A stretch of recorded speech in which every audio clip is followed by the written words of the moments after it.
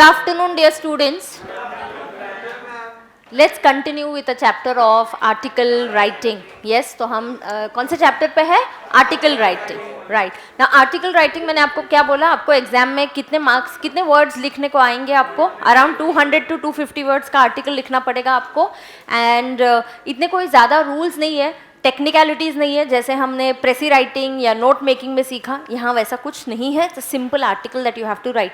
Newspaper magazine के लिए ये आर्टिकल होगा, लार्जर ऑडियंस के लिए ये आर्टिकल होगा, इसलिए इसका राइटिंग जो है बहुत ही अट्रैक्टिव होना चाहिए, जहाँ रीडर्स को हम अट्रैक्ट कर पाए. The title has to be catchy, the opening has to be striking opening, and then you have to write your article.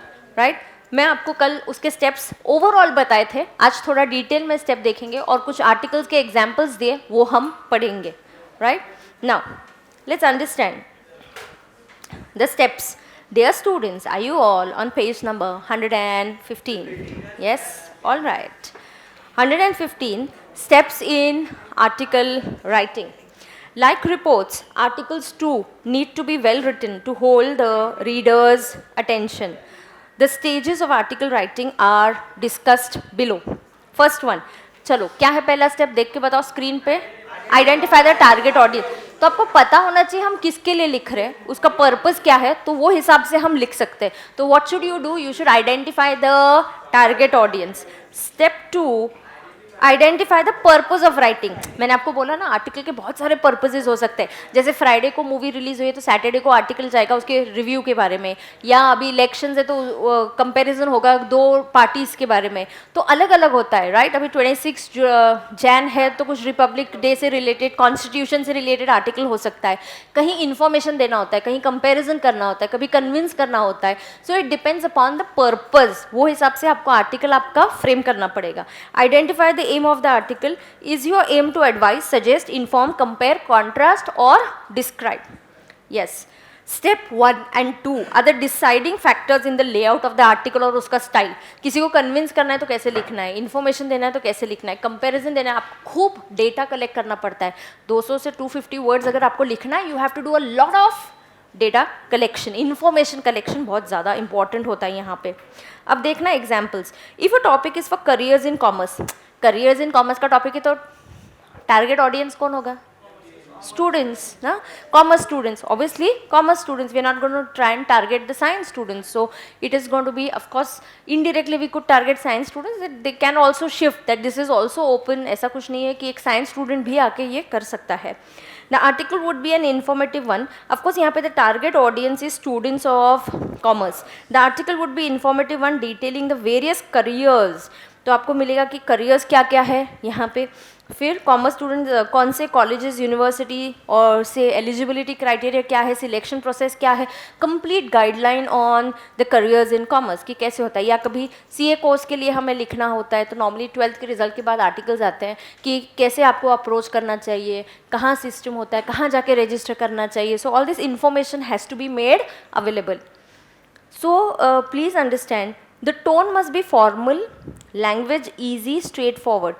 If the article is meant for doctors, then technical jargon related to the field of medicine can be used. So technical words doctors के लिए सिर्फ लिख रहे हो तो doctor से related उनकी भाषा यूज़ करो. लेकिन अगर आप कॉमन मैन के लिए लिख रहे हो, पेरेंट्स कॉमर्स स्टूडेंट्स के हैं जिनको टेक्निकलिटीज़ नहीं समझेगी, तो उनको आपको ईजी लैंग्वेज में लिख के बताना पड़ेगा. Collect and select information. The third step is to collect information that is available on selected topics. So circle collect information. तो आपका काम क्या है? Collect information. You may use various sources. कहाँ से collect करोगे यार?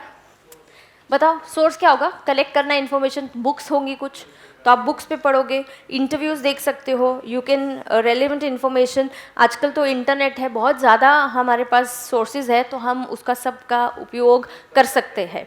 It is important to ensure that information is authentic and reliable. हाँ, रिलायबल मतलब ट्रू, ऑथेंटिक मतलब सच होना चाहिए. ऐसा नहीं है कि ऑथेंटिक सोर्सेज से पता चला. यू नो, आपको बहुत बार आता है ना, through sources, reliable sources. Authentic का मतलब क्या होना चाहिए? रिलायबल होना चाहिए. उनके थ्रू आपको कुछ इन्फॉर्मेशन आती है तो आप बोलते हो हाँ हमें ऐसे पता चला है, मतलब ये खबर पक्की है, सही है, राइट है. Okay. Step 4, organise the information sequence में एंड लॉजिकली. ये तो हर राइटिंग और आर्टिकल का होता है, ये तो कम्युनिकेशन का कैरेक्टरिस्टिक है, कोहेरेंट, याद आ रहा है, कोहेरेंट लॉजिकल सीक्वेंस में होना चाहिए, तो बिल्कुल यहाँ पे भी आपका आर्टिकल वैसा ही होना चाहिए. Dear students, are you gonna get theory questions on this chapter? No, what are you gonna get is writing the article. तो ये बैठ के लर्न नहीं करना है, लेकिन मेरे साथ सुनोगे तो और समझ के लोगे तो आर्टिकल लिखना, जो आप आर्टिकल लिखोगे बाकी बच्चों के कंपैरिजन में आपका आर्टिकल अच्छा हो जाएगा. Right now, organise the information. So you have to organize it in a logical order, circle logical order. You can try and organize it using mind maps and flow charts. Easy जाता है ना उससे. हम भी करने वाले, क्या हम भी करने वाले एंड में मैंने आपको बोला था ना, हम भी एक बड़ा रोल ऑफ पेपर ले लेंगे एंड वहीं पे हम सारे राइटिंग के रूल्स एक ही पेपर पे लिखेंगे, precis writing, summary writing, everything together, so it becomes one complete chart for us, a mind map for us. So it is non linear note making हम करेंगे, है ना. There are two note making forms, one is linear and the other is non linear. So I think you had only sent me what linear note making किसने किया था? You had sent. So she had sent me, I think law test के पहले उसने कुछ notes बनाए थे और उसने बोला कि this is linear note making and she used it in the law का test. So वैसे ही जो मैं आपको note making सिखा रही हूँ आपको use करना है, हम भी use करेंगे note making के concept को इसी chapter और इस subject को अच्छे से समझने के लिए. राइट ओके, तो देखो क्या क्या दिया है. Various courses available, chartered accountant कहाँ से करना है, ICAI से करना है, इंस्टीट्यूट से, कॉस्ट एंड वर्क्स अकाउंटेंट, फिर एलिजिबिलिटी क्या है, करियर्स करने के बाद आपको क्या क्या मिलेगा. कोर्सेज तो देखो 3 ऑफकोर्स दिए उन्होंने, एक CA, cost and works accountant, 3 company secretary. तो इनके बारे में, इनकी एलिजिबिलिटी कहाँ से करना है, 12th के बाद कर सकते हैं क्या, या कभी करना है, एंट्रेंस एग्जाम देना है, या किसी को एंट्रेंस फाउंडेशन नहीं देना है, क्या वो BCom कंप्लीट ग्रेजुएशन के बाद डायरेक्टली इंटरमीडिएट लेवल दे सकता है, हाँ उसको हम क्या बोलते हैं, direct entry. So these are the various options, you have to give them the correct picture. Placements, post graduation में आपको क्या हो सकता है, सॉफ्ट स्किल्स कौन सी लगेगी और क्या फ़ायदा होगा आपको, कैसे जॉब मिलेंगे, क्या एक्सपेक्टेड सैलरी होती है, आपका स्टार्टिंग सैलरी इतना होता है. So people get a complete idea. Right, या किसी को डीमोनेटाइजेशन पे नोट लिखना होगा तो देखो कैसा डेटा कलेक्ट किया है. सो ये डेटा कलेक्ट किया है डीमोनेटाइजेशन पे, बहुत सारे आर्टिकल्स लिखे गए हैं इसके ऊपर, बहुत सारी चर्चा हुई है इसके ऊपर. सो डीमोनेटाइजेशन का रफली डेटा देख लो. क्यों, अच्छी बात है, देख लो, शायद आपको टॉपिक आ जाए, write an article on demonetisation, you never know. So अगर दिया है तो हम पढ़ लेंगे. डीमोनेटाइजेशन से देखो क्या है, what is demonetisation. A currency unit is stripped of its status as legal tender. Old unit of currency is replaced with a new currency unit. आपको पता है ना कौन सी नोट इलीगल बैन हो गई थी कि इसको अभी कोई वैल्यू नहीं है, कौन सी नोट, 500 की नोट एंड 1000, उसकी जगह पे कौन सी नई नोट आ गई, 2000. तो यस, और नई करेंसी भी आ गई 2000 के बाद, 200 की आ गई, नई 50 की आ गई है, इतनी अलग अलग कलर्स आ गए. आई तो still have to check every time which currency I am giving because we are so use to the old colours. You have got use to the new colours of the currency. Yes, 50 rupees की note का colour क्या है, blue, and 20, हाँ green है, green है कि yellow है, green and yellow, white नहीं है. 10 रुपये के नोट का क्या है कलर, ये देखिए क्या कलर है, ये ग्रीन ही है ना, 20 is green and brown and white है, वो 10 रुपये का नोट है. हाँ, and you have 200 is orange. या ओके, नाउ सुनो, अभी हम समझेंगे. तो डीमोनेटाइजेशन में आपको पता है आपकी करेंसी पे लिखा हुआ रहता है, गवर्नर की सिग्नेचर होती है, RBI governor, he signs that I promise to pay, that means this is a legal tender. Legal tender का मतलब होता है ये नोट्स, 500 रुपये की नोट अभी लीगल टेंडर नहीं है, तो वो अभी हम कोई एक्सेप्ट नहीं करेगा. सो ओल्ड करेंसी को बंद करके नई करेंसी इंट्रोड्यूस करना is a concept of demonetisation. Remember reasons for implementation, क्यों इम्प्लीमेंट किया रहेगा ये, इन्फ्लेशन है, करप्शन है, कैश का सिस्टम है, ब्लैक मनी है. We didn't want people to stack cash but खैर इतना फ़ायदा नहीं हुआ है, देखेंगे हम लोग. Solutions, every citizen should have an account. अच्छा, आपको कैश नहीं चाहिए तो हम क्या करें फिर? Plastic money is called, credit card, debit card, use that, you know. Google पे, लॉट्स ऑफ मीन्स एंड इसका एडवांटेज हुआ है काफ़ी. हम सारे अभी डिजिटल मोड्स एक्सेप्ट हो गए. रिक्शा वाला वुड हैव पेटीएम या पेपाल है या गूगल पे इज देयर, भीम नो. तो बहुत सारे पेमेंट के सोर्सेज, मीडियम्स आ गए and it's a good thing, it's a very good thing. So everyone should have an bank account. हर एक के पास बैंक अकाउंट होना चाहिए. तो मनी एक्सचेंज ईजी होता है. It should happen through the accounts. Every citizen should have an account. Use plastic money, net banking. Okay, is that clear to everybody? Cash का transaction कम होना चाहिए. अच्छा सुनो ना, गवर्नमेंट ने क्या हुआ? You are still discussing currency and the colours. Balewadi का क्या बात कर रही है? कुछ भी. I have never scene.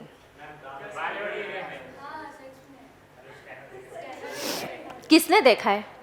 Is it a reliable source और are you telling me from किसी ने कहीं सुनी बात बता रहे हो, और are you telling me something from a authentic and a reliable source?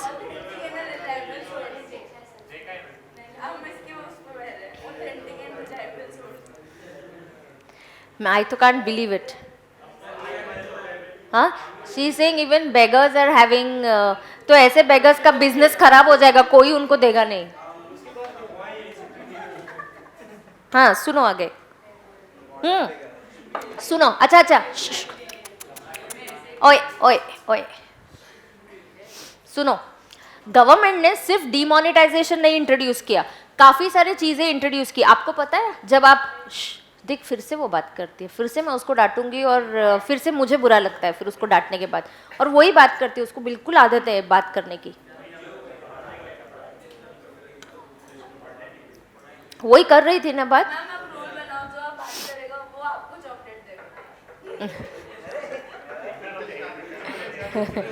Every day I'll get loads of chocolates then. Okay. हाँ. ओके सुनो, गवर्नमेंट ने डीमोनेटाइजेशन के साथ इनकम टैक्स में भी कुछ चेंजेस किए थे.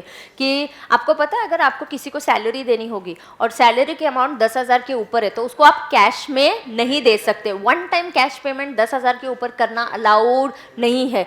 साल भर में एक ही पर्सन को 2 लाख के ऊपर भी देना अलाउड नहीं है. तो गवर्नमेंट ने ऐसे बहुत सारी चीज़ें की है. या इवन फिक्स्ड असेट, पता है टैक्स में हम तो ऐसा नहीं है कि एक तरफ सिर्फ डीमोनेटाइजेशन किया, उसके साथ तुरंत इनकम टैक्स में बहुत सारे चेंजेस आ गए थे. अगर आप क्रेडिट कार्ड से करोगे तो उसमें कुछ बेनिफिट्स दिए थे.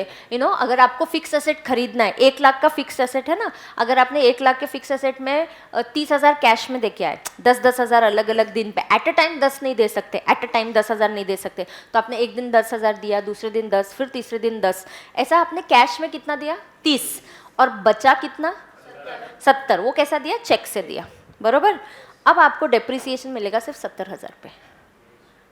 you're not about 10,000, you know, you don't have to pay anything. अगर आप डेप्रिसिएशन चाहते हो या किसी ने जाके तुरंत 30,000 का वन टाइम 30,000 का कैश पेमेंट, यू नो, देखने गए और बोला हाँ ये मशीन बराबर है, ये लो मैं बुकिंग अमाउंट 30,000 दे रहा हूँ, 70,000 का चेक भेज दूंगा या ट्रांसफर कर दूंगा.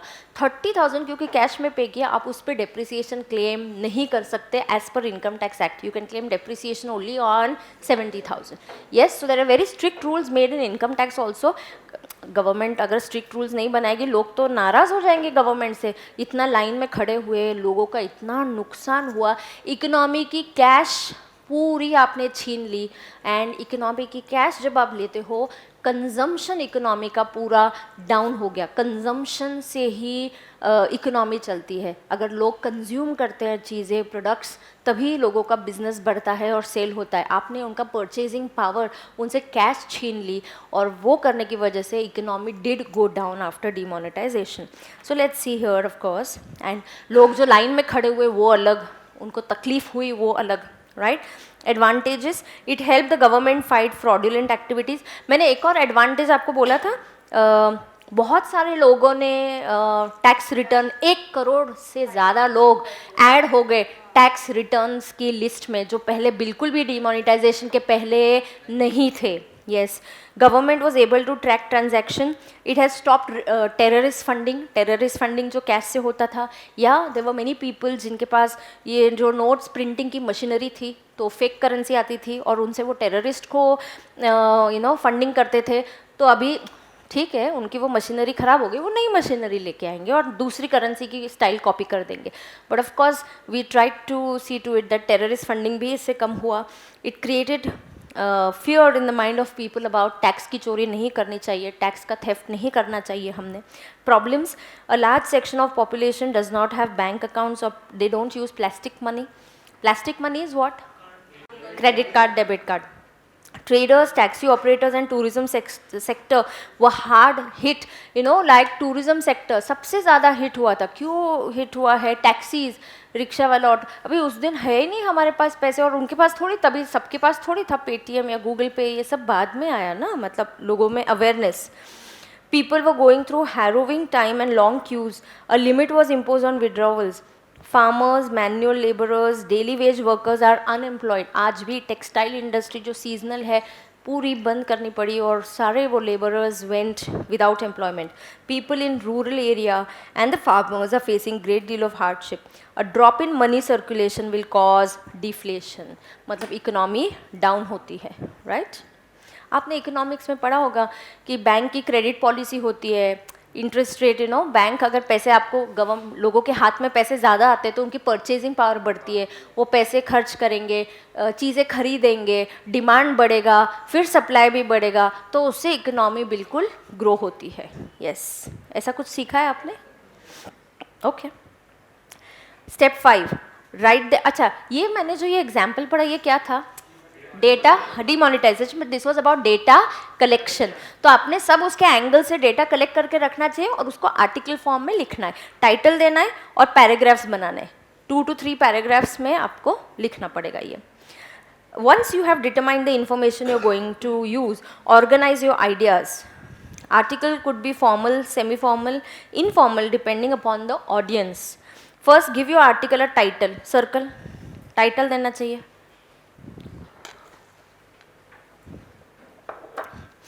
ईजी है, चैप्टर आज खत्म हो जाएगा.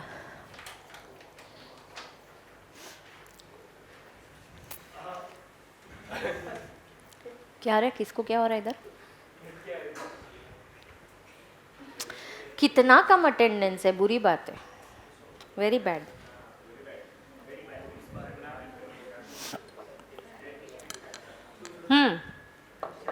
फर्स्ट क्या देना चाहिए? Title.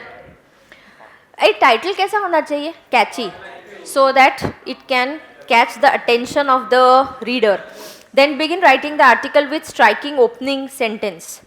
Remember to present a strong argument. अगर आप बोलना चाहते हो कि डिमोनेटाइजेशन अच्छा था, give concrete proofs and present your case very strongly. That is what it is trying to say. Give evidences, elaborate करो. Your attempt must be to develop your ideas. Finally, conclude with your strongest point.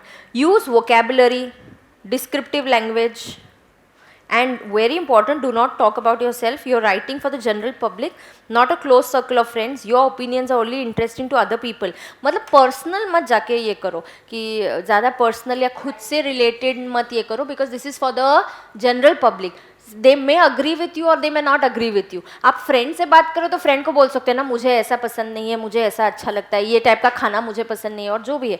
But with general public you don't have to go too much about yourself, right. Sample, ये जो पहला article है ये थोड़ा सा difficult है, तो I will not read the first article पहले, I will read the other article first. So we'll read it. Article 2, you will read the health problems of tattoos. Yes, so please read it. Health, ये देखो author का नाम है, एक minute, इसका sample देखो, यहाँ पे लिखो ये क्या है? क्या रे? क्या बोल? टाइटल. और ये ऑथर का नेम कौन सी साइड में? Yes, on right side. ओहो, extreme right. And then are we having paragraphs? Yes. काफ़ी सारे पैराग्राफ्स हैं, बिल्कुल आप दे सकते हो, ऐसा कुछ भी नहीं है. So are we writing in paragraphs? Yes. So ये तीन ही चीज़ें हैं जो आपको याद रखनी है. क्या 3 पॉइंट्स याद रखने हैं आपको? टाइटल, ऑथर का नाम राइट साइड को. अगर आपको एग्जाम में ऑथर का नाम दिया जाता है तो वो लिखना है. प्लीज़ गलती से भी आपका नाम मत लिखिए पेपर में. You are not allowed to disclose your name to the examiner. You should write there just like that, by author's name, XYZ author's name. Don't write your name by any chance. Okay? Yes. So please, will somebody want to read? We don't have a mic, na? हाँ. क्या? चाय पीने का है? ठीक है. We'll have. पहले आप पढ़ाई करते हैं, then I'll call for tea. Okay? ठीक है. चलो पढ़ो. कौन पढ़ने वाला है क्या? कि अपना अपना पढ़ने वाले हो? पढ़ो, अपना अपना पढ़ो. ए बातें नहीं, चलो जल्दी करो. तुम लोगों को चाय चाहिए कि कॉफी चाहिए?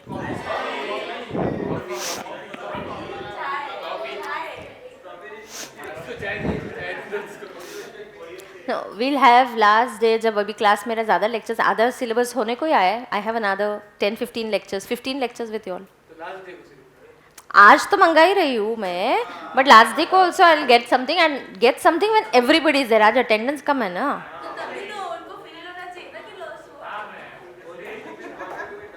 अच्छा पढ़ो यार, पढ़ो. चलो अच्छे बच्चे हो तुम, पढ़ाई करो.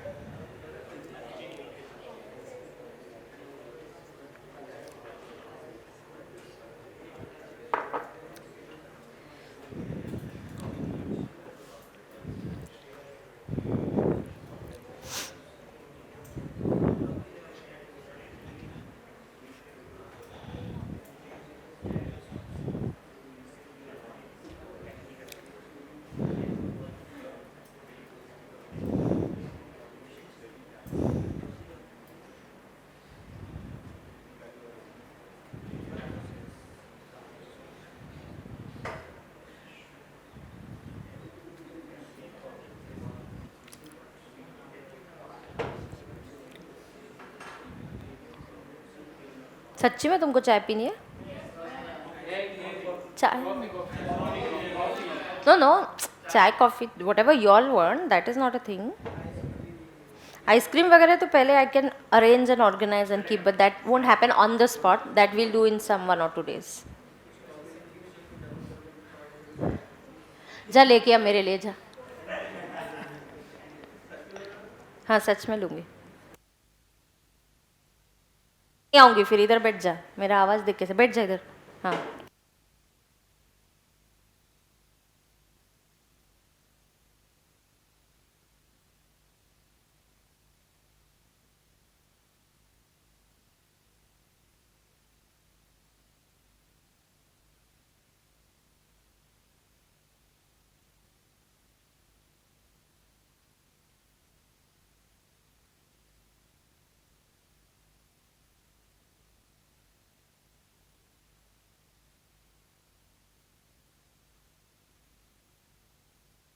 चलो पढ़ो जल्दी. A read fast.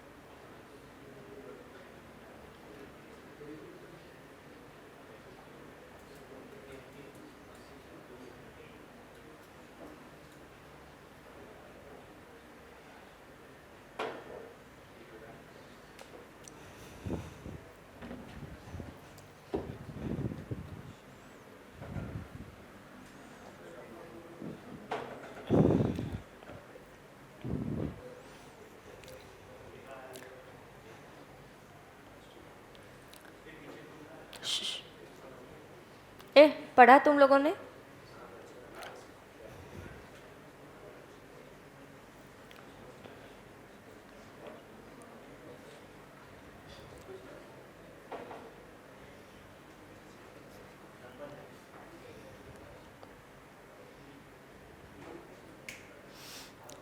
C tattoo के हेल्थ नेगेटिव पे लिखना भी ज़रूरी है, आर्टिकल अवेयरनेस के लिए भी लिखते हैं, क्योंकि केसेस आती है डॉक्टर्स के पास बहुत सारी जहाँ पे tattoo doesn't work and then you have to get, so you have to be very particular कि आप कहाँ से टैटू करवा रहे हो.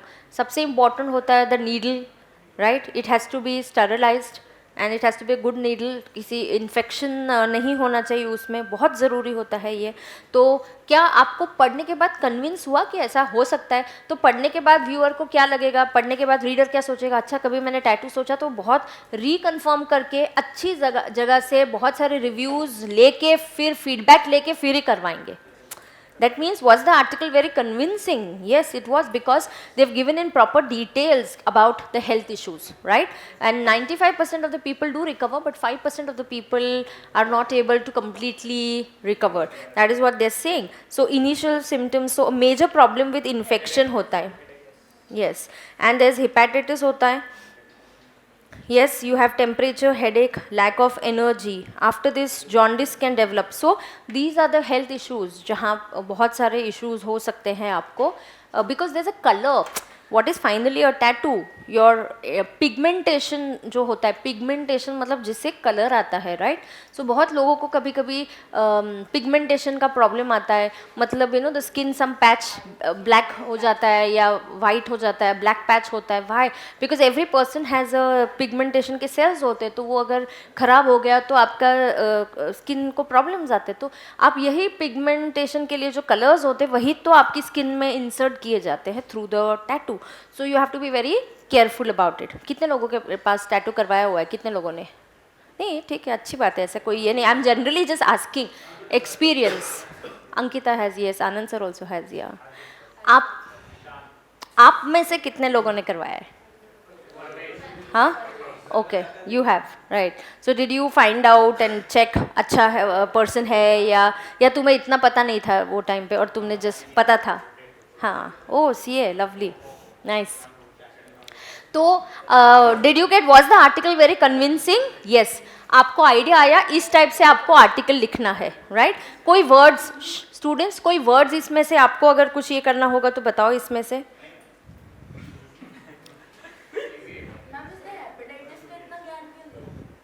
क्योंकि that is one of the symptoms and other symptoms should be taken. Yeah, so that then you know this is what happens. People sometimes don't know what are the symptoms, so you have to then go to a doctor. That is why. Okay? If you have developed a bad infection, you may need hospital care to recover. This is what it is very important, because you don't know later on what are the impacts. Right? Students, overall, did you get an idea कि article कैसा लिखना है हमें? Yes, yeah. Now, come to article 3. Now, before I read article 3, now listen.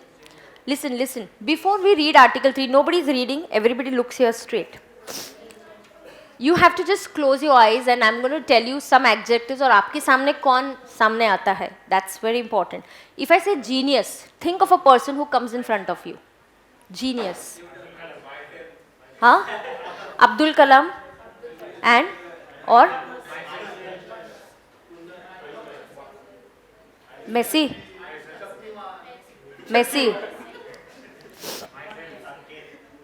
My self को छोड़ के आप अगर आंखें बंद करते हो तो जीनियस बोलने पे आपने कुछ नाम लिए, राइट? अब्दुल कलाम है, कोई साइंटिस्ट वगैरह, Albert Einstein, yes, Anand sir, okay.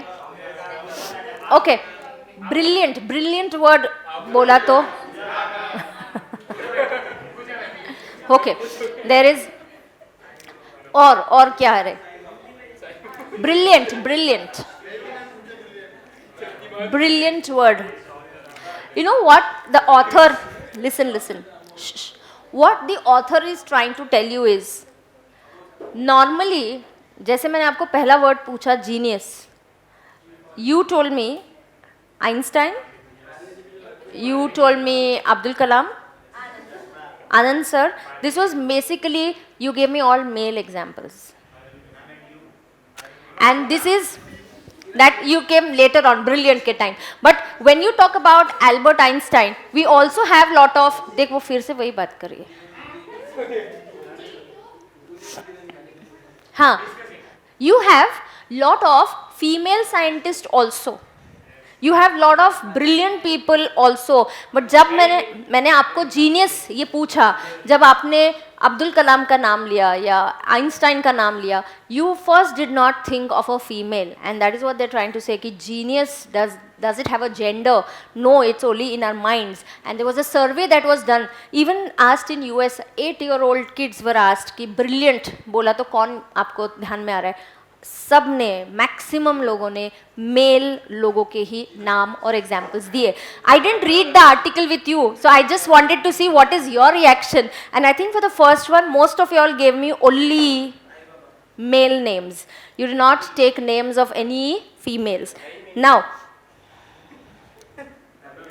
I don't want to talk about it. There's no argument on this. This is something that I didn't like the sentence. But anyways, genius has gender. So they're asking, does genius have a gender? It's only in our minds. A very, very interesting article.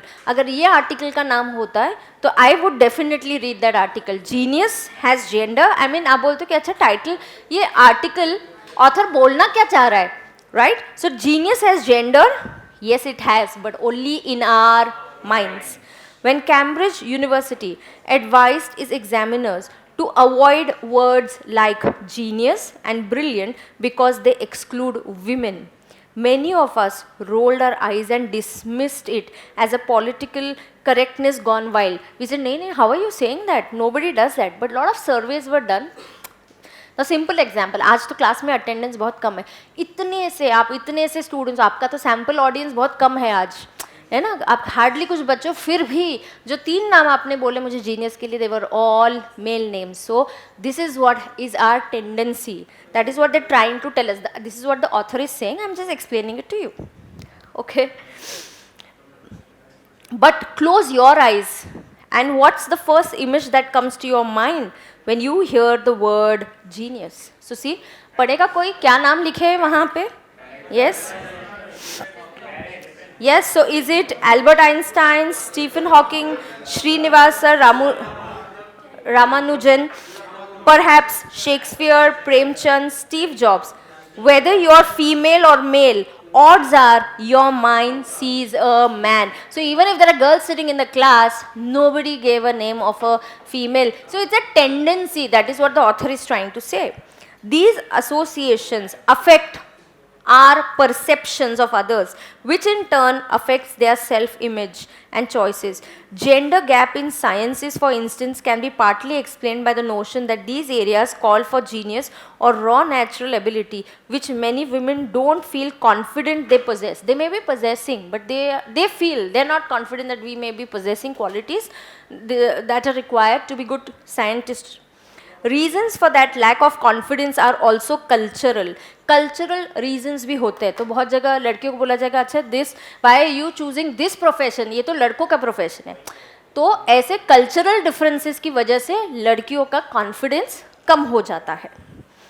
In US, a depressing piece of research found that even a 6-year-olds were likely to think of only boys when as brilliant. So when 6-year child was asked, who is brilliant in your class, or what do you think, who is a brilliant person, the names that they gave were only of the boys. When professors are rated, it's men who are described as stars and visionaries, and the same qualities are overlooked or disparaged in women. Think of the routine put down hysterical, which literally means a disorder caused by the womb. The idea of a lone genius is romantic myth. Hard work, collaboration, and luck have as much to do with accomplishment as ability, and none of these traits are sexual. That means they are not related. ऐसा कुछ है क्या कि men are only hardworking और it's only women who are hardworking?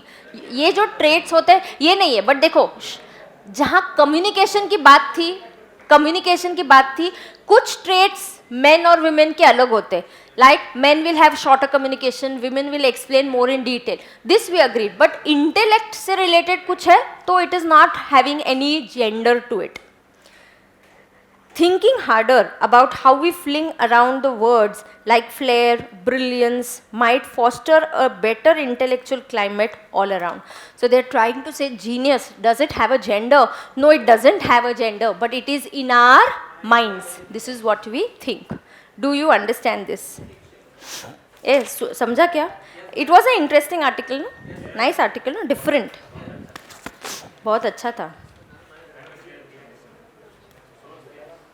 Source yes blogs times of India का blog पे दिया हुआ है यस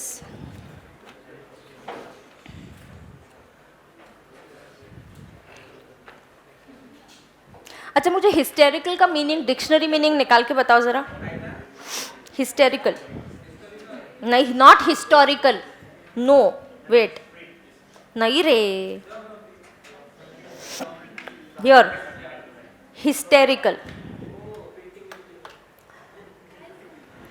चलो निकालो डिक्शनरी मीनिंग निकाल के बोलो हिस्टेरिकल हिस्टेरिकल का निकालना रे मीनिंग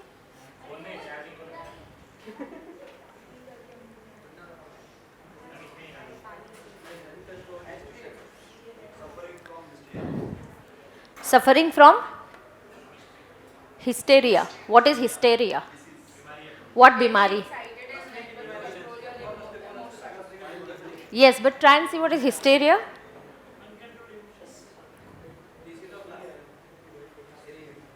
हंसने की बीमारी.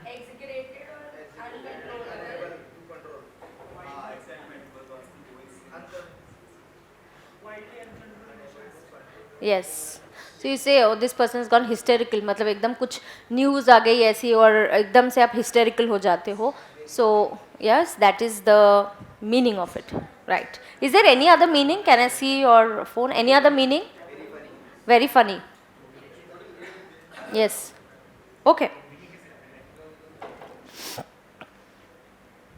ना समरी ये चैप्टर का ख़त्म एंड हो गया है उसके कुछ एक आर्टिकल 1 है मे बी आज नहीं मैं जब बेटर अटेंडेंस होगा तो शायद कल पढ़ूंगी क्योंकि दैट आर्टिकल इज़ रियली ऐसा नहीं है कि आप नहीं नाइस नहीं it's very difficult some different kind of a thing it is that is why I want to read with everybody around summary पढ़ती हूँ और फिर इसके जो एक्सरसाइजेज है होमवर्क काइंड ऑफ प्रॉब्लम वो यहीं पे जो भी है हम यहीं पे ट्राई करेंगे कि फिनिश कर दे तो आर्टिकल्स का चैप्टर हम कंप्लीट कर देंगे summary this section on article writing deals with nuances of how and what about an article with an easy explanation provided topic becomes fun to read and understand.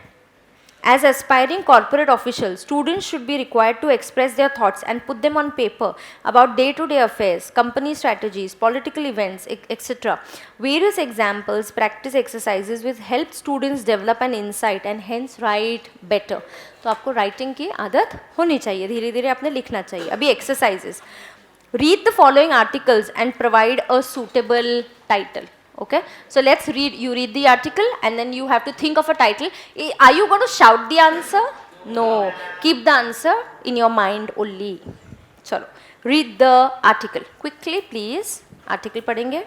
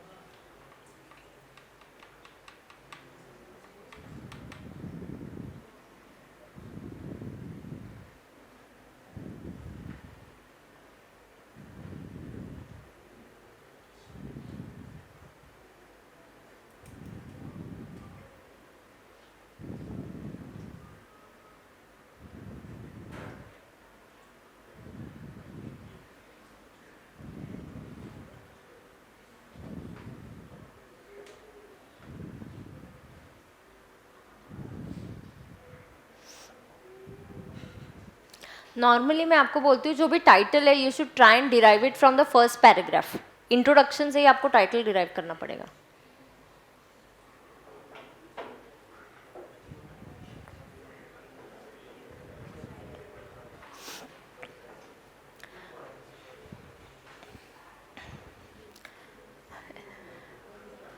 Okay सुनो ना, मुझे एक चीज़ बताओ, आपने स्टॉक मार्केट में ideally investment कब करना चाहिए? मार्केट डाउन है या मार्केट अप हो? When the market is down, that's the right time to invest. तो अगर जैसे इकोनॉमी में या जो भी है डीमोनेटाइजेशन आ गया, उसके बाद तुरंत क्या होता है, tell you, stock market is run on sentiments of people, emotions of people, right. तो जैसे ही हमने कुछ अच्छी अनाउंसमेंट कर दी, बजट पे होता है खास. अभी इस बार आप बजट देखना या सुनना, फरवरी में बजट आएगा, तो तब आप देखना कि तुरंत बजट की अनाउंसमेंट इधर जैसे जैसे होती है, यहाँ पे साइड पे दिखाया जाता है कि स्टॉक मार्केट को क्या हो रहा है, is it going down, is it going up. So it is totally based on sentiments. You know, if people feel, जैसे इलेक्शन का रिजल्ट अच्छा गया, फुल मेजोरिटी मिली गवर्नमेंट को, देन पीपल आर हैप्पी कि ये एडजस्टमेंट वाली गवर्नमेंट नहीं बनेगी, तो यहाँ पे स्टेबलाइज गवर्नमेंट होगी. So the emotion is nice. But if you know it's not a complete majority, they have to then do alliance with somebody else and they have to come up with somebody else. Then you know the sentiment of the people is uncertainty. अरे अभी क्या होगा, क्या ये government 5 साल चलेगी कि नहीं चलेगी. तुरंत सेंटिमेंट्स के हिसाब से फिर स्टॉक मार्केट डाउन आ जाता है. जब मार्केट डाउन है तो लोग गलती करते हैं, अपना स्टॉक बेचने लगते हैं, स्टॉक या अपना शेयर्स बेचने लगते हैं. नहीं करना चाहिए. You should hold on to your stock. They are trying to tell us. पहले तो मुझे बताओ वो इंट्रोडक्शन में क्या बोल रहे हैं, कौन से स्टॉक की वैल्यू कम हो रही है? कंजम्पशन वाले जो स्टॉक्स है. मैंने आपको क्या बोला, जैसे ही you take away money from people, their spending capacity is you cutting down, consumption cut होता है यार. तुम देखो, तुमको अभी पता है कि विड्रॉवल की लिमिट है हमारे पास, रफली 20 डेज तो वो चला, उसके बाद नई करेंसी हाथ में आने तक भी काफ़ी टाइम लगा. So people will say what, एक तो लिमिटेड कैश है, पहले जो नेसेसरी है वही खरीदो. एक्स्ट्रा शूज़, मुझे एक शूज़ पसंद आ गए, सेल लगा है कहीं पे, तो न्यू ईयर है, मुझे जाके नए जूते खरीदने. अरे किसके पास है अभी वो टाइम और सोचने का भी? हमारे पास नहीं जूते गए बाद में, मुझे नहीं खरीदना, अभी एक्स्ट्रा शॉपिंग नहीं करनी है, जो नेसेसरी है वो खरीदो. सो कंजम्पशन, जैसे आपको घर का फ्रिज बदलना है, कब से आपको लग रहा है कि अरे वो नया फ्रिज आया है, ऐसा वो उल्टा नो रेफ्रिजरेटर नीचे या ऐसा कुछ. वॉशिंग मशीन में भी वो फ्रंट ओपन आता है, ऊपर loading. So you know sometimes you feel अरे I need to buy, but चल रहा है ना, घर का जो फ्रिज है वो चल रहा है. तो अगर डीमोनेटाइजेशन हो चुका है, हाथ में कैश नहीं है, इकोनॉमी डाउन है, will anybody think of just like that changing of fridge? No, you will not. So you straight away cut down on the consumption. तो ये consumption वाली जो companies होती है उनकी stock की prices कम हो जाती है, right? So that's the right time to buy, is what the investor should get into at that time. See, this is what it says. Investor to enter certain stocks at that time, because consumption को हमेशा solid footing रहता है. आज नहीं तो कुछ दिनों के बाद आप फ्रिज बदल ही दोगे, खराब हो जाएगा तो आप चेंज ही करोगे. एक्सट्रीमली उसको बार बार रिपेयर करने की जगह पे आप बोलोगे let me change it. So consumption आज नहीं तो कल होने ही वाला है. You know there was an article, I don't remember where I read it, about our economy. जैसे अब हमारा जो जीडीपी है, तो वैसे कि इंडिया का इतना जीडीपी होना तो बनता ही है, हमारा पॉपुलेशन ही इतना है. इवन इफ इंडिया स्लीप्स, इतना जीडीपी मेंटेन रहना ही चाहिए. तो जीडीपी अगर बढ़ रहा है तो कोई ग्रेट बात नहीं है, क्योंकि अपना पॉपुलेशन ही इतना है. We have such a huge population, हम लोग ही इतना कंज्यूम करते हैं और कंजम्पशन होता है, हम लोग ही इतनी डिमांड हम कर सकते हैं कि उतना तो जीडीपी अपना बनता ही है. This is what one of the economist in US was talking about the Indian economy. Even if India sleeps, it has to grow at least 4%, it has to grow at least a certain percentage. Why? Because we have a huge population, right? So यहाँ पे title जो institute ने suggest किया है, institute ने जो suggest किया है, टाइटल का नाम है कंजम्पशन स्टॉक्स. स्टॉक्स की बात हो रही है. Offer good buying opportunity when post demonetisation, क्योंकि डीमोनेटाइजेशन के बाद कंजम्पशन कम हो गया, कंजम्पशन वाले स्टॉक्स की वैल्यू कम हो गई, इन्वेस्टमेंट कम प्राइस पे की जाती है, ज़्यादा प्राइस पे नहीं की जाती. तो आप बोलोगे मैम ऐसे हमें डायरेक्टली समझ में नहीं आ रहा है, एग्जाम में कैसे समझेगा? तो हिंट ये है कि पहले पैराग्राफ में जो है वही आपका टाइटल है. तो पहले पैराग्राफ में बोला है स्टॉक्स. कौन से स्टॉक्स? कंजम्पशन थीम वाले स्टॉक्स. उनको सिवियर बीटिंग हुआ है. कब से? Ever since demonetisation. बीटिंग मतलब उनका वैल्यू काफ़ी कम हो गया है. So since demonetization was announced on 8 November, Nifty has shrunk.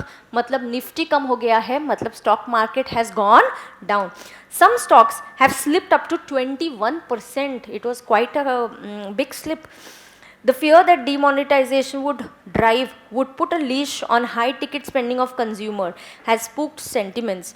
When the current outlook is bleak मतलब इतना अच्छा नहीं है, weak है. Bleak का मतलब होता है weak. Analysts say this sell-off provides a good opportunity for investors to enter certain stocks.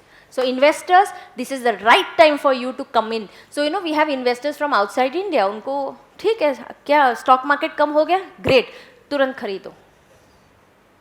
जिनके पास होल्डिंग कैपेसिटी होती है ना, वो स्टॉक मार्केट में पैसे कमाते. जिनके पास होल्डिंग कैपेसिटी नहीं होती, आपने एक बार खरीदा, उसकी प्राइस मत देखो, 8-10 साल रहने दो उस शेयर्स को, फिर उसकी प्राइस बढ़ेगी. हर रोज जाके चेक करोगे आज कम हो गया, फिर तुमको टेंशन आता है ये गिरते ही जा रहा है, लेकिन 6 महीने के बाद वापस राइज होगा. Hold on to the shares, that is what it is. But people don't do that. When it goes down they just start selling it. Okay, yes. So यहाँ पे हम टाइटल दे दो. Title is consumption stocks. Of course पीछे I am sure answer दिया रहेगा. Consumption stocks offer, लिखना, offer good. सबको चाय आ गई क्या? This side also everyone got? I had coffee ना. Offer good buying opportunity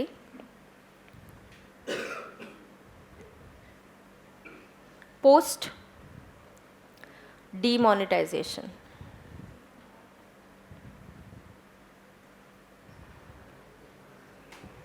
कितना बड़ा आर्टिकल दिया है, नाम दिया है, टाइटल, हाँ ना.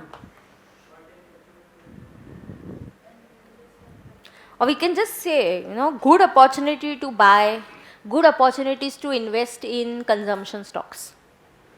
But they want to say post demonetization also. Commodity goods जो हम consume करते हैं. Yes. What is the effect? But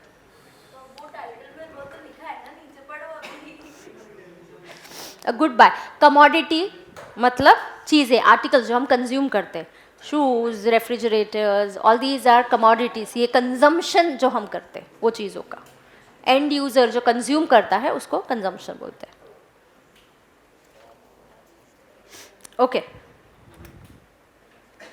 consumption मतलब यूज़ करना. तो ऐसे कमोडिटीज़ और आर्टिकल्स जो हम यूज़ करते हैं, कपड़े, shoes, these are all commodities. Okay, उसमें से नेसेसिटीज़ होती है, ग्रॉसरीज वगैरह, ये नेसेसिटीज़ है. कपड़े, shoes we may or we may not buy. We can postpone sometimes, है ना.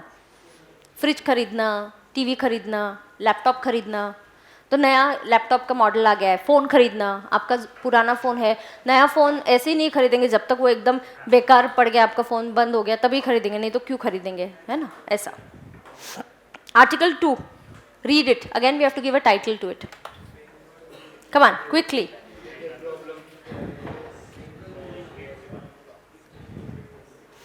चलो, क्योंकि ना फिर होमवर्क में देती जाती हूँ ना, उसका कोई ट्रैक नहीं है, आप चेक नहीं, ऐसे मत बोलो हाँ होमवर्क के लिए दे दो. It is just postponing it. Come on, finish it. Will finish this part.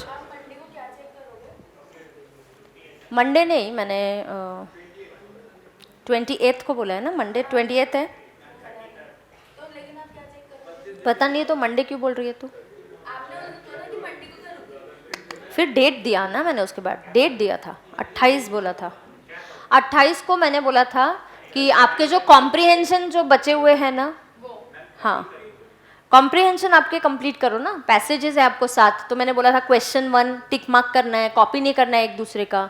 तो होमवर्क जो है प्लीज़ करते जाओ, मैं चेक करूँगी. आंसर्स दिए हुए, लेकिन आपके रीडिंग होना चाहिए, अंडरलाइनिंग होना चाहिए पैसेज पे. चलो पहले रीड करो आर्टिकल रीड करो तो टाइटल आएगा. जल्दी करो.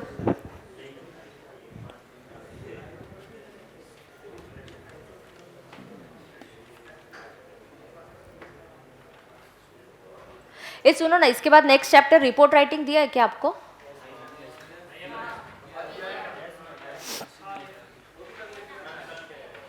रिपोर्ट राइटिंग है क्या? हाँ ठीक है, नहीं नहीं, I am just asking so that I know for tomorrow, then if you have those notes I can do that tomorrow. हाँ चलो आर्टिकल पढ़ो जल्दी, रीड द आर्टिकल रे.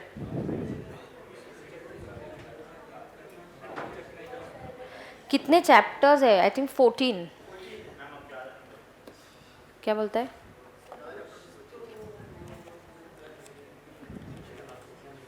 13 चैप्टर्स है.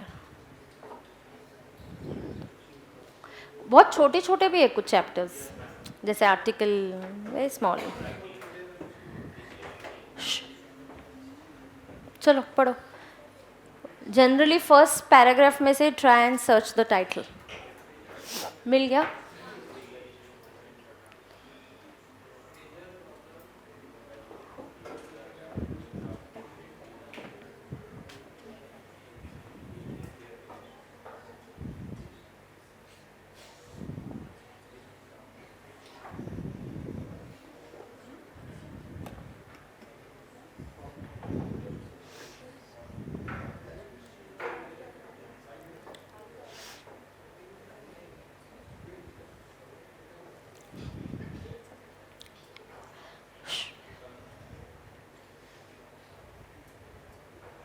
पहले पैराग्राफ में क्या बोला है? Real estate brokers in Karnataka hit by slow down and demonetisation. You know क्या हुआ? डीमोनेटाइजेशन और रेरा लगभग साथ में आया. बिल्कुल you won't believe, builders have been hit the most. What is RERA? Here read. Real estate regulator act. फिर मैं बताती हूँ वो क्या है. Real estate regulator act. See what builders were doing. You know जैसे मेरा एक प्रोजेक्ट ए है और प्रोजेक्ट बी है. किसका नाम बोलो? तुम कुंदन का नाम बोलते हो, आज तो आया ही नहीं है ना.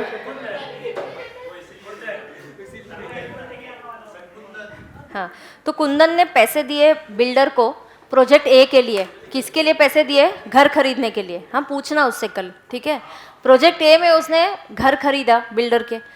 बिल्डर ने क्या किया? उसको बोला हाँ अभी काम चल रहा है. आपको पता है घर का पोजेशन आपको 2 साल 3 साल लग जाते हैं नॉर्मली, ऐसे नहीं मिलता है अगर आपने अंडर कंस्ट्रक्शन फ्लैट आप खरीदने जाते हो तो क्या हुआ?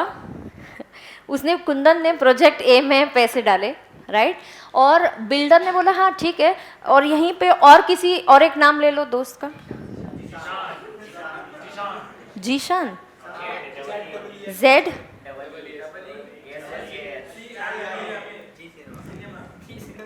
सो जीशान ने भी इस स्कीम में पैसे डाले. तो बिल्डर्स को एक साथ एकदम पैसे आ गए. करना क्या चाहिए उसने प्रोजेक्ट ए के पैसे प्रोजेक्ट ए के लिए ही यूज करने चाहिए. हुआ ऐसा, प्रोजेक्ट बी उसको वहां पे भी अपना प्रोजेक्ट कंटिन्यू करना है, पार्टनरशिप में वहां पे भी पैसे डाले हुए. तो he gets tempted to use this money and he shifts it to project B. वो पैसे लेता है और वो प्रोजेक्ट बी के काम के लिए खर्च कर देता है. फिर ये लोग आके इसको पूछते हैं अरे हमारा बिल्डिंग का तो काम ही नहीं हो रहा है, आगे बिल्डिंग ही नहीं जा रही है. तो बहुत लोगों को बिल्डर्स ने परेशान किया, टाइम पे पोजीशन नहीं दिया, उनसे पैसे लेके भी बिल्डिंग्स भी कंप्लीट नहीं की. मुंबई में बहुत जगह पे ऐसा हुआ. And then government said we should come up with act as RERA, जहाँ पे हम रेगुलेट करेंगे. तो कंपलसरी होता है हर प्रोजेक्ट के लिए अलग बैंक अकाउंट खोला जाएगा और builders are asked not to remove, they have a restriction कि आप पैसे वहाँ से उस अकाउंट के पैसे सिर्फ कुछ ही अमाउंट आप निकाल सकते हो, rest it has to be use only for that particular project. You need to get a CA certificate, you need to get a architect certificate, कितना परसेंटेज कंप्लीट हुआ है, कब कंप्लीट होने वाला है, पोजेशन कब देने वाले हो. और आपने अगर किसी को टाइमली पोजेशन नहीं दिया तो इस एक्ट के अंडर पनिशमेंट मिलेगी बिल्डर्स को. They can go and file a case under this act for the builder. तो अचानक से बिल्डर को डिसिप्लिन करना पड़ा. सी दे यूज टू मैनेज, यहाँ से पैसे ले लो वहाँ पे डालो. जैसे पुणे में अगर DSK आपको पता थे, so he is under imprisonment and many changes in the companies act have happened because of DSK and Sahara का जो ये हुआ था. DSK ने किया क्या था? He accepted public deposits. जब आप इंटर में जाओगे, आप लॉ पढ़ोगे, आपको पता चलेगा आप लोगों से डिपॉजिट्स ले सकते हो और लोगों से डिपॉजिट लेने के बाद you are allowed to give interest. The laws were not very strict. उसने लोगों से लिए, बहुत very honest person, self made man, खुद से उसने सब कुछ खड़ा किया, पूना का पर्सन ही है. तो खुद से उसने स्क्रैच से लेके ही reached a very good level, but a complete financial mismanagement has led him to this situation today. So many people have lost their hard earned money. Today he is not even able to give them interest, he is not able to give them their deposits. It is into the tune of crores of rupees, और he is in jail, imprisonment में है, 2-3 सालों से वहीं पे है. उनके CA के अगेंस्ट भी नोटिस निकला था. He was also arrested, then he was out on bail. Why? You learn all these technicalities a little later on. There are certain restrictions as a chartered accountant on us also. So ये सब जो हुआ था, इसमें rules अभी काफ़ी strict कर दिए. तो उसने क्या किया था, एक ड्रीम सिटी करके एक प्रोजेक्ट किया था, बहुत पैसे खर्च किए थे. सम जापानीज स्टाइल और some style project we are doing, and tremendous money was spent कि बीच में आर्टिफिशियल लेक है, यहाँ लेक है, फिर बोट से जाएंगे, बहुत कुछ अलग अलग किया था उस प्रोजेक्ट में. और उसकी वजह से ही completely took money from people and put it into this, and this project went into complete loss. तो एक जगह के पैसे दूसरी जगह पे यूज़ करने की वजह से he went into complete financial mess and mishap हुआ. तो फिर इसलिए ये रेरा इंट्रोड्यूस किया गया था. लेकिन टाइमिंग देखो, डीमोनेटाइजेशन हुआ नहीं कि रेरा आया. पीपल एक झटके से अभी बाहर निकले नहीं तो तुरंत दूसरा दे दिया. We are not worried about all this happening, we are worried about the timing. सही चीज़ सही टाइम पे होनी चाहिए, वो भी बहुत ज़रूरी है. सी, घर पे अगर आप ऑलरेडी बहुत अपसेट हो, पेरेंट्स ने बहुत डांटा है, और डांटने से शायद कोई बच्चे घर छोड़ के चले जाएंगे, कुछ एक्सट्रीम स्टेप ले लेंगे. You have to have a balance करना पड़ता है, correct. So it is very important. So तो पूरा पहले पैराग्राफ में से पता चल गया क्या हेडिंग है. Major problems, write down. Major problems faced by real estate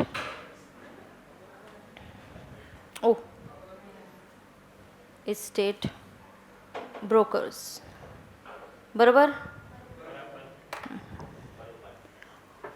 right. Question 3. Question 2. Write articles on the following topics in about 500 words. Is quite a lot. Now we are not going to write. Listen. पहला, card payment on high after demonetisation. पहला article किस पे लिखना है? Card payment on high after demonetisation. उन्होंने क्या किया है, आपको पॉइंट्स इकट्ठा करके दिए. एग्जाम में नहीं मिलेंगे भाई, एग्जाम में ऐसा नहीं मिलेगा आपको सिर्फ आएगा write a note on card payment after demonetisation. So I told you, article writing पहले जाके आर्टिकल देखना, अगर आपको वो टॉपिक पता है तभी उसको अटेम्प्ट करना. सोचना, एक रफ इसमें पहले पॉइंट्स नोट करके देखना, do you have sufficient points and data. Now उन्होंने देखो क्या पॉइंट्स दिए. Given below are points that will be helpful in writing the article. पहला point, on 8 November 2016 government announced discontinuation of the 500 rupee and the 1000 rupee note. The move forced people to use options. तो इससे लोगों को आपने force कर दिया. क्या use करने के लिए फोर्स किया? Yes, internet banking, mobile banking, credit debit cards, mobile wallets and other prepaid payment instruments. Digital transactions have grown by 400 to 1000%. सुनो, अगर आपको ये डेटा स्टैटिस्टिक्स पता नहीं है तो आपने लिखना चाहिए digital payments have grown manifold, मतलब बहुत ज़्यादा टाइम से, और they increase tremendously. The percentages of digital payments increased after demonetization, right? This figure does not include transactions done through Master or Visa cards. People to be educated about digital payments through websites and televisions. Bar bar TV पे ads आ रही थी कि सब्जी वाले को भी आप सिखाओ और उनको हेल्प करो कि कैसे डिजिटल पेमेंट, पेटीएम कैसे यूज़ करना चाहिए. आप इन छोटे ट्रेडर्स, छोटे शॉपकीपर्स को सिखाओ कि कैसे उन्होंने डिजिटल मोड एक्सेप्ट करना चाहिए. Increase transactions on e-wallet. Volume of transaction using RuPay card has increased from 3.85 lakhs per day to 16 lakhs per day. Look at the rise. कितने times बढ़ा? 3.86 per day की जगह पे हो गया 16. It is almost 4 times. Yeah, 3.86 is like approx मैंने 4, तो 16 हो गया, मतलब 4 4s, so 4 times the payment has increased. Quite a lot. These digital transactions will ensure money comes into the system. All transactions, money will be accountable. They will generate tax, thus developing the country's economy. Money system में आने से लोग उसको disclose करते हैं, उसके ऊपर tax पे करते हैं. टैक्स पे करने से किसका फ़ायदा होता है? गवर्नमेंट को पैसे मिलते हैं इकोनॉमी को बढ़ाने के लिए. Government will develop further welfare plans when money will be deposited in banks. So it was a note. कुछ भी नेगेटिव नहीं लिखना है. आर्टिकल का नाम क्या था? Increase card payment. So you have to write only कि हाउ आफ्टर डिमोनेटाइजेशन अलग अलग तरीके आ गए.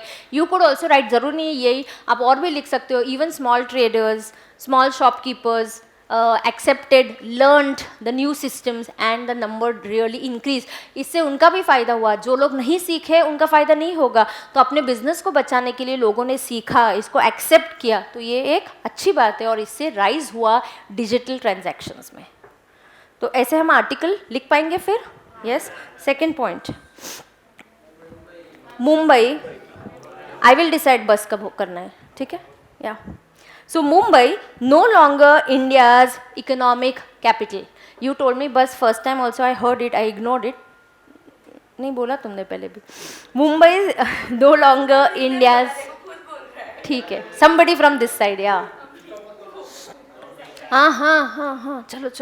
Mumbai no longer India's economic capital. Students, for many years Mumbai has been India's economic capital, but उसका फोकस जो किया है मुंबई की जगह पे अभी दिल्ली ही इकोनॉमिक. दिल्ली तो अपना कैपिटल है, बट इकोनॉमिक कैपिटल क्या होता था? Mumbai.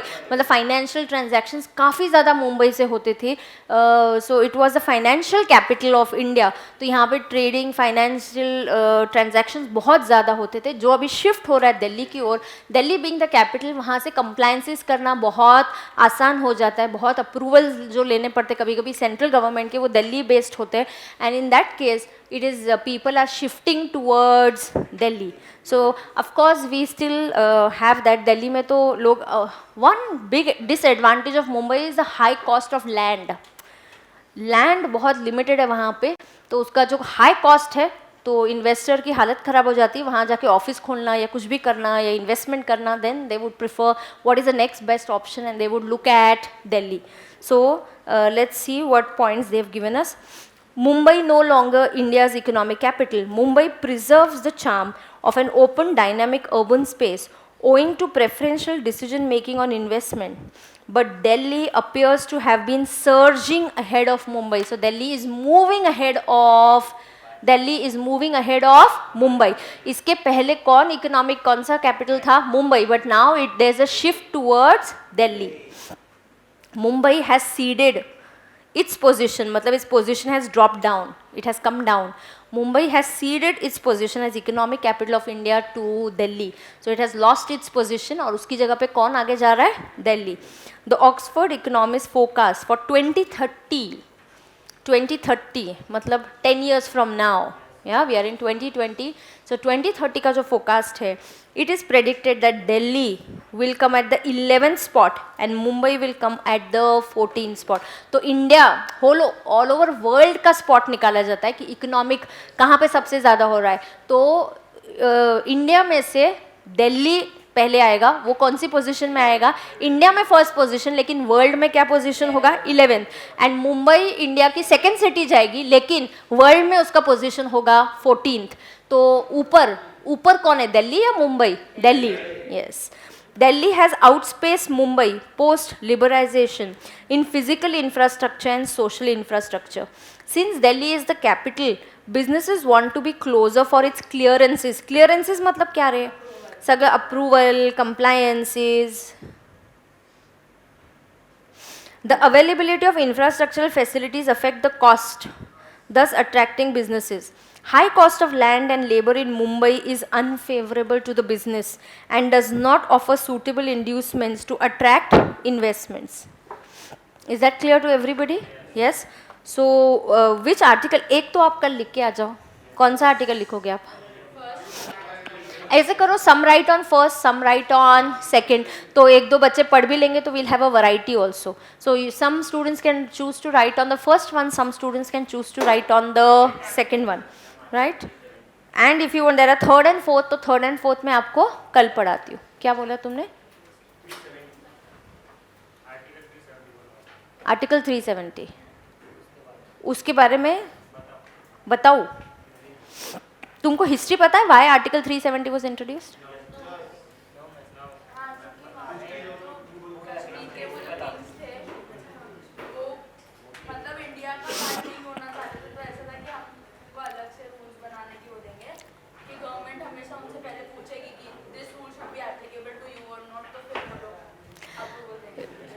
Some part of it is right. Now, do you know, जब ब्रिटिश से हम 1947 में, सुन, when in 1947 we were talking about Britishers की leave India, right? That time जो कश्मीर के किंग थे, उन्होंने ब्रिटिशर्स को गोल्ड कॉइन्स दे के बोला था कि हम मेरा कश्मीर मुझे वापस दे दो. So they had handed over Kashmir back to him. And before independence, we didn't have a country system and all. There was kingdom का system था, kings and kingdoms का था. तो कश्मीर एक अलग kingdom था और वो उसके राजा ने ले लिया था. उसके बाद 1947 में फिर हमारी उसके बाद फ्रीडम की जो बात हो रही थी और उसके बाद पार्टीशन की बात हुई. फिर there was Pakistan and there was India. Now Kashmir did not want to get merged either in Pakistan. It did not want to come to India also. It wanted to keep its independent status. Pandit Jawaharlal Nehru is a Kashmiri Pandit, so he had a very soft corner for Kashmir. So he really tried to convince the king of Kashmir that you should get added to India. He said, no, as of now, मुझे नहीं करना, I'll think about it. Then he came to know, the Kashmir king came to know कि Pakistan may try and attack them and try and capture Kashmir. And then when he came to know this, then he was like, no, then I'll need help of army. And then we told that, okay, we'll give you the army support. India will give you the army support, but you promise that you will come into India. जो telephonic conversation हुई है, ऐसा बोला जाता है कि जो telephonic conversation हुआ था, the king had accepted that yes, I will add into India, but I will come with only one condition, and condition is कि मेरा जो इंडिपेंडेंट स्टेटस है वो खोना नहीं चाहिए. तो इंडिया में जो भी रूल बनेगा या लॉ पास होगा वो कश्मीर में अप्लाई होगा या नहीं, ये मैं डिसाइड करूँगा. मतलब कश्मीर का गवर्नमेंट डिसाइड करेगा. तो जैसे इनकम टैक्स एक्ट ये सेंट्रल गवर्नमेंट बनाता है, तो सेंट्रल गवर्नमेंट जब बनाता है कश्मीर क्या तुम इसको एक्सेप्ट करोगे, ऐसा पूछा जाता है बिकॉज ऑफ दैट आर्टिकल 370. तो ही सेड मुझे ये कंडीशन चाहिए कि हमारा इंडिपेंडेंस होना चाहिए. तो इसलिए वो आर्टिकल 370 कॉन्स्टिट्यूशन में डाला गया, विच Sardar Vallabh Bhai Patel at that time was telling Pandit Jawaharlal Nehru कि प्लीज डोंट ऐड इट. बिना इस कंडीशन के भी वो इंडिया में ही मर्ज होंगे, क्योंकि उनको पाकिस्तान जब जाना नहीं है और उनको सपोर्ट चाहिए तो वो इंडिया ही आएंगे. तो आप ये क्लॉज कंडीशन उनकी एक्सेप्ट मत करो, आप नहीं करोगे तो भी वो आ ही जाएंगे. लेकिन like I told you, Jawaharlal Nehru ji had a very soft corner. Being a Kashmiri Pandit, he didn't want to lose Kashmir, and so he said, "नहीं, I will accept it," and he put that Article 370. So then every time central government भी law बनाती है तो हमें कश्मीर में पूछना पड़ता है कि अच्छा क्या तुम्हें ये मंजूर है, तो वो हाँ बोलेंगे तो वहाँ पे एप्लीकेबल होगा. जैसे सर्विस टैक्स आज तक कश्मीर में कभी भी एप्लीकेबल नहीं था. फिलहाल तो सर्विस टैक्स है ही नहीं, अभी जीएसटी आ चुका है. ये सब मैं डिटेल एक्चुअली टैक्स के लेक्चर में डिस्कस करती हूँ तो तब आपको पता चलता ही है. So but this was the history behind that article 370 and many more points. This was like only the little part that I told you. Yes, so students, I see you tomorrow at 2:30. Yes. Okay, bye.